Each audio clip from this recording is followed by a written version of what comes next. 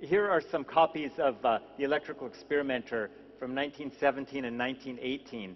And if you look at the kinds of projects that were in the magazine at that time, they sound very modern, and they sound like things that would be interesting to do today, such as the wireless transmission of power, free electricity from the wind, radio-controlled model boat, making an electric clock, electricity to prevent future fuel crisis, utilizing burnt-out lamp bulbs, building an electric piano player.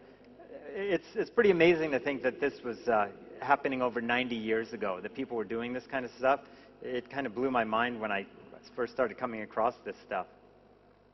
And so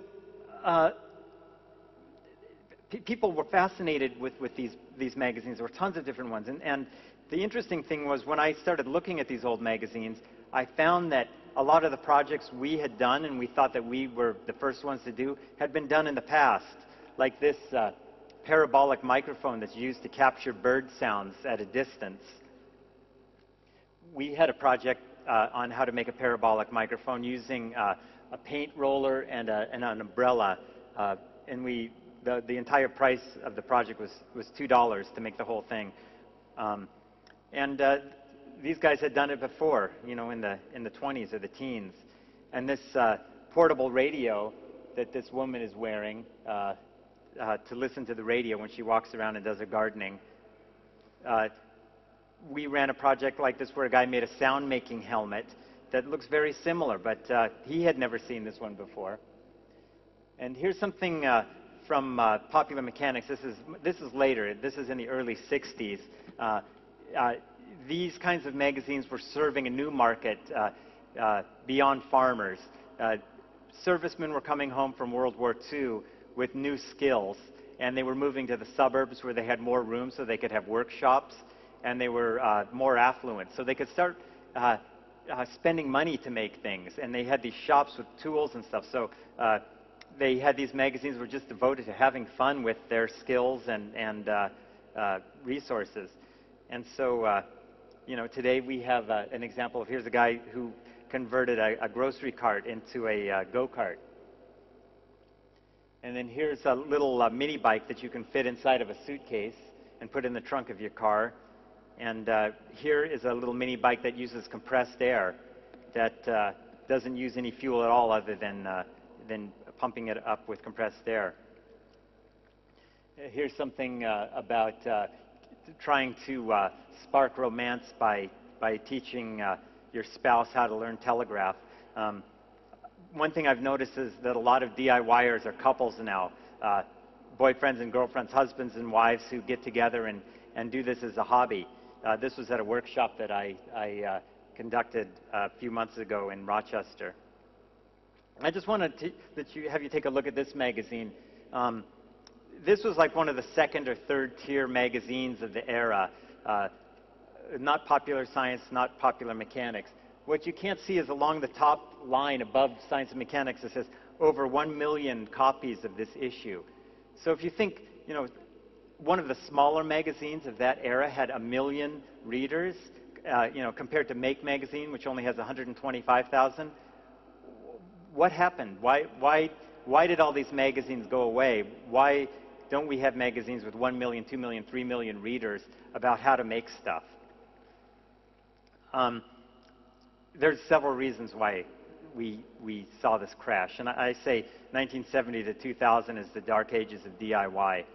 And I'll go into some of those reasons. One of them is the fact that consumer goods have become so inexpensive that it is cheaper to buy, if something breaks, it's cheaper to buy a new one than it is to get it fixed. So in 1954, a color television cost $1,175. Adjusted for inflation, that's $8,500 for a 15-inch color TV set. So what happens if a TV like this breaks? Well, you go around to the back, and there's a board on the back of a TV, and it's got the schematics there, so you can actually see how the television set's wired. And then you can pull the tubes right out of the sockets in the back.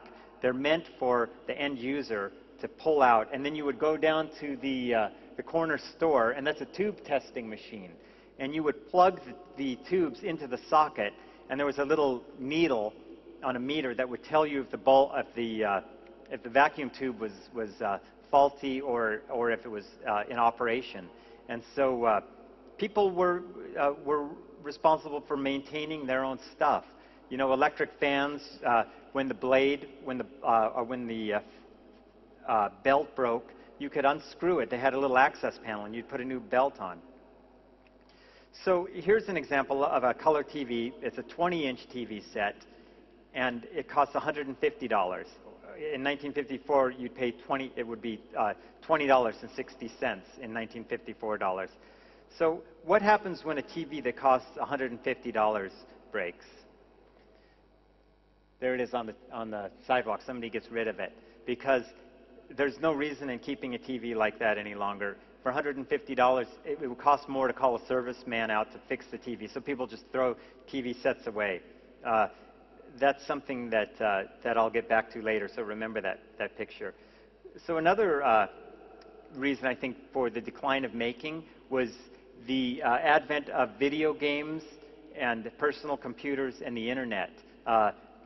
It's not necessarily a bad thing, but I think that people who were creative and naturally handy and liked to tinker with technology became really fascinated with internet technology and computers and video games, because it is fascinating. You know, it's wonderful, and it's really fun to explore and program and create websites and learn about the internet.